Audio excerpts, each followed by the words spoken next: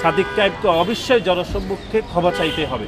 এরকম পরিকল্পিত মিথ্যাচার, প্রোপাগান্ডা, এবং এই প্রোপাগান্ডায় অংশগ্রহণ করেছে জামাত ইসলামের আমির এবং তার দোসর, তার বট আইডি, সকলে এরকম একটা প্রোপাগান্ডা করে 2018 সালে যেরকম দানের শেষে ভোট দেওয়ার কারণে পারুল বেগমকে আওয়ামী লীগ সন্ত্রাসীরা দর্শন করেছে, এটার সাথে এটাকে মিলিয়ে বিএনপির এই অর্জনকে ম্লান করা দেওয়ার একটা অপচেষ্টা ছিল। এটা শুরু থেকে আমি এই বিষয়ে কাজ করছি। আমি পুলিশ প্রশাসনের সাথে আমরা কথা বলেছি, ডাক্তারদের সাথে কথা বলেছি, স্থানীয় প্রশাসন সকলেই বলেছে এরকম কোনো ঘটনাই ঘটেনি। এবং আপনি দেখেন গতকাল জামাতের যিনি নোয়াখালীর আমির, তিনি কিন্তু আজকে যে ওনার প্রোগ্রামটা ছিল, ঠিক আছে, উনি আজকের এই প্রোগ্রামটি স্থগিত করেছেন এবং তিনি বলেছেন যে এটি কোনোভাবে ওনারই মনে হয় না এটি কোনো দর্শনের ঘটনা ঘটেছে।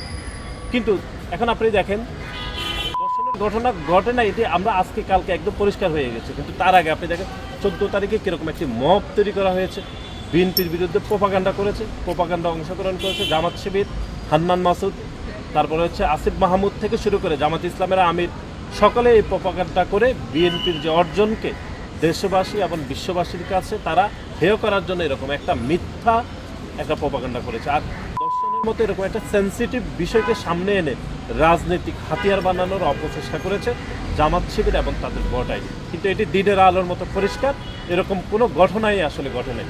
সেজন্য আমরা আজকেই বলেছি যে জনাব আসিফ মাহমুদ, তারপরে হচ্ছে হান্নান মাসুদ এবং ডাকসুর তথাকথিত বিতর্কিত বিপি সাদিক কায়েমকে অবশ্যই জনসম্মুখে ক্ষমা চাইতে হবে। এরকম একটা সেন্সিটিভ বিষয়ে মিথ্যার আশ্রয় নিয়ে যারা রাজনৈতিক হাতিয়ার বানাতে চায় এবং দেশকে যারা পিছিয়ে দিতে চায়, এবং আমরা বলেছি যে এরকম ঘটনায় অবশ্যই তাদের প্রকাশ্যে ক্ষমা চাওয়া উচিত, নতুবা তারা ব্যাখ্যা দিতে হবে যে কেন তারা হচ্ছে এরকম প্রোপাগান্ডা করেছে, কেন বাংলাদেশের মানুষকে তারা বিভ্রান্ত করেছে।